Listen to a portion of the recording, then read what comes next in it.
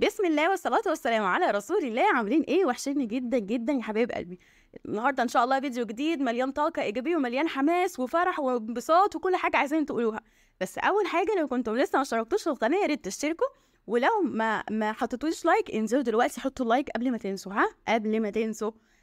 احنا بقى عملنا مع بعض غرفة النوم، دلوقتي هنعمل بقى ايه؟ غرفة الاطفال. طبعا انا فرحتي لا حد لها، لا حد لها الصراحة. اكيد فرحانة جدا وقلت اشارككم فرحتي واعرفكم احنا بنعمل ايه وماشيين ايه بالظبط. طبعا كان جاي كميه ملايات كانت ملفوف فيها الحاجه، فكانت يعني مش نظيفه، فشلت كل بقى الحاجات دي، جمعتها هنا على السرير وبعدين شلتها.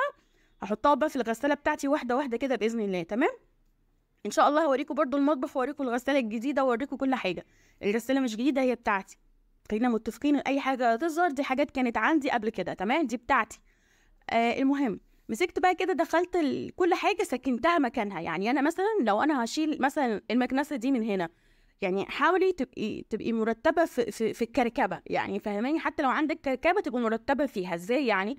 انا دلوقتي شلت مثلا الحاجه دي او اللعبه بتاعت الاطفال، هحطها مكانها اللي بعد كده. يعني مش طلعها بره في الصاله من الريسبشن مثلا لسه ما اتعملش، فهحطه بقى مثلا فيه. لا، حطي كل حاجه مكانها عشان لما تطلعي بره الريسبشن تلاقي الدنيا فاضيه، تعرفي تعملي، ما يبقاش فيه مجهود.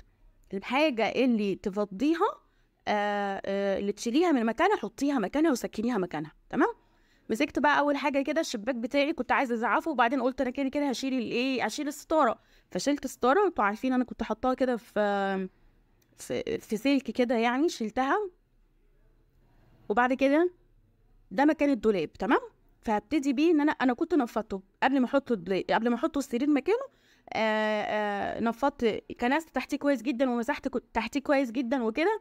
بس بقى بعمل يعني كنوع من انواع الايه، النظافه، لكن انا عملته قبل كده. تمام، لان لو كنت سبت التراب ده كله ينزل على السرير كان هيبقى صعب قوي، فانا اصلا عملته قبل كده. فدي كده حاجه بسيطه، لو كان في حاجه مثلا مكان ما نقلنا، مكان ما كنسنا طلعت على الحيطه تاني فانا بشيلها. مسكت برضو الشباك بتاعي، نضفت كل التراب اللي كان فيه. زي ما انتم شايفين كان فيه تراب، لان طبعا بقالي 3 4 ايام مش ايدي فيه خالص، عشان كنت بعمل ايه، حاجات تانية والغرف التانية وكده. تمام.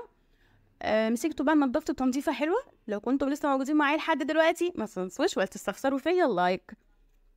المره اللي فاتت الفيديو ما جابش، انا مش هقول لكم ان انا ما زعلتش، لان كنت عامله فيه مجهود كبير قوي قوي، ان انت كانك بتنقلي من شقه لشقه وكمان تصوير، فالموضوع صعب قوي يعني. مسكت بقى كده الاوضه بتاعتي كلها زعفتها.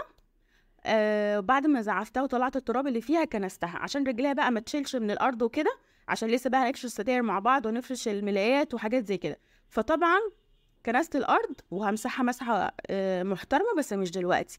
قلت بس اشيل التراب اللي في الارض عشان رجليا ما ايه، مش كل شويه وانا خارجه وانا رايحه وانا جايه رجليا يبقى فيها تراب. طبعا احنا بننقل على حسن حد يتخيل ان التراب اللي خرج ده ان هو مثلا انا مش بنظف او كده. لا، القصه ان انا يعتبر بنقل، لان انا جبت عفشي كله فيعتبر ان انا بنقل. مسكت بقى التراب زي ما انتم شايفين، طلعته مسكت التراب قصدي مسكت حتى كده نفضت التراب اللي كان موجود على الايه، على السراير وعلى الدولاب بتاعي وكده. طبعا هنلمعه كل حاجه، بس احنا بس بنشيل التراب اللي عليه. مسكت بقى البريدج بتاعي، انا بعشق البريدج ده الصراحه. انا نضفت التراب اللي كان على السرير الاول، وبعد زي ما انتم شفتوا، وبعد كده مسحت. حسيت ان السرير كانه رجع جديد والله بجد يعني. اللهم لك الحمد، اللهم لك الحمد، اللهم لك الحمد. انا مبسوطه، اللهم لك الحمد ان حاجتي رجعت لي. اكتر من حاجتي ان ده معناها ان ربنا راضي عني، ان هو يجيب لي حقي تاني. فده اكيد اكيد. بصوا يا جماعه، ربنا لو خد من بني ادم نعمه مش بيرجعها له تاني. لو كان هو النعمه دي اتبطر عليها ما صنهاش، يعني لو ربنا حد فينا ما صنش النعمه اللي ربنا اداها له، ربنا بيشيل النعمه منه ومش بيديها له تاني، مش بترجع خلاص. تمام، مهما تعملي النعمه مش بترجع. لكن لو انت اتظلمتي والنعمه اللي كنتي عايشه فيها راحت ورجعت لك تاني، انا بالنسبه لي انا بقى مش قادره اقول لكم انا مبسوطه قد ايه. لان انا كنت خايفه يعني ان احسن اكون انا اتبطرت على النعمه وانا مش واخده بالي، فربنا شالها من عندي. فكنت مرعوبه من حاجه زي دي صراحه، يعني مش هخبي عليكم. بقيت عمال اقول يا رب، هو انا افتريت على النعمه اللي انت اديتهاني مثلا ما صنتهاش، عشان كده انت ما رجعتهاليش تاني، او انا لسه حقي ما رجعليش. 5 سنين يا جماعه، 5 سنين من غير حاجتي، فاكيد اكيد ده عمر، يعتبر عمر جديد. ايه رايكم في الملايات دي؟ عجباني الصراحه. هي النظام القديم مش هقول لكم، بس هي عجباني. جاي بقى معاها يعني الطعم ده جاي ملايتين واتنين واربع خداديات واربعه اكياس مخده. عجباني قوي قوي الصراحه، مش زي النظام اللي طالع دلوقتي بيبقى مخده واحده وخداديه واحده بس. لا، دول اربع خداديات واربع اربع اسمهم ايه، اكياس مخدات. مسكت بقى البيبان بتاعتي، لمعتها برضو، شلت التراب اللي كان عليها وكده.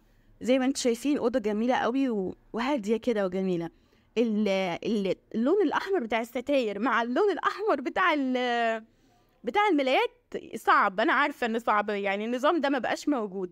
بس انا كنت عايزه اتقل شويه الستاره عشان بتدخل نور جامد قوي، الشباك بيدخل نور جامد، فما لقيتش غير الاحمر دي. تاني حاجه الملايه الحمراء اكيد هتتغير، مش تفضل حمراء اكيد هتتغير. فالستاره لما تتشيل الملايه الحمراء اكيد هتبقى اهدى شويه، الدنيا اهدى يعني.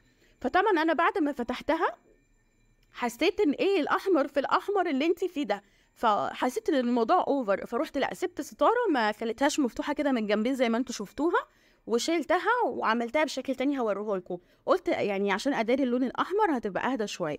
طبعا كمان ده ما كانش فرش العيد، ده كان فرش الشقه، فانا مسحتش الارض مسحه بس تنظيفه كده، وبعد كده مسحتها بقى مسحه بنت حلال زي ما انتم عارفين، بالطريقه بتاعتي بالكلوروكس وبالحاجات الحلوه اللي احنا عارفينها. تمام. فمسكت بقى الشقه.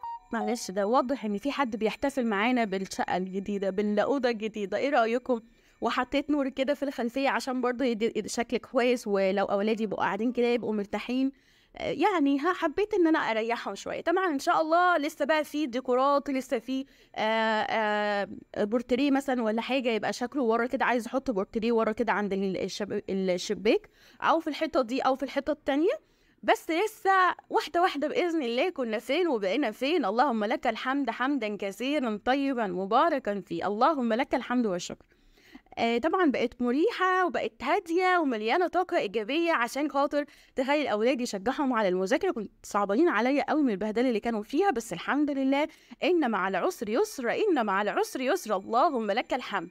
طبعا مبسوطة، طبعا فرحانة، طبعا قلبي بيرقص من جوه، ان زي ما قلت لكم ان ده جبر ربنا، وجبر ربنا الحمد لله الحمد لله انا شفته، فاكيد مبسوطة. ولسه مستنية تاني يا رب، عشان انا طماعة. الطمع في كرمك مش وحش ابدا.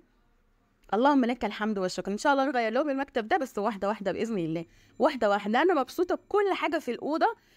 ولسه السجاد دي، بس دي حاجه كده، السجاد كان لسه ما جاش وما كنتش لسه فرشته تمام، بس دي الفرش العادي بتاع الاوضه يعني. ف لسه ان شاء الله ربنا يكرمني، عندي امل ان انا اجيب في سجاد جديد باذن الله، عندي امل في كل حاجه حلوه باذن الله، لاني اللي تعب وشاف اللي الواحد شافه اكيد اكيد منتظر العوض من رب العالمين، وانا منتظر العوض من رب العالمين، وعارفه ان هو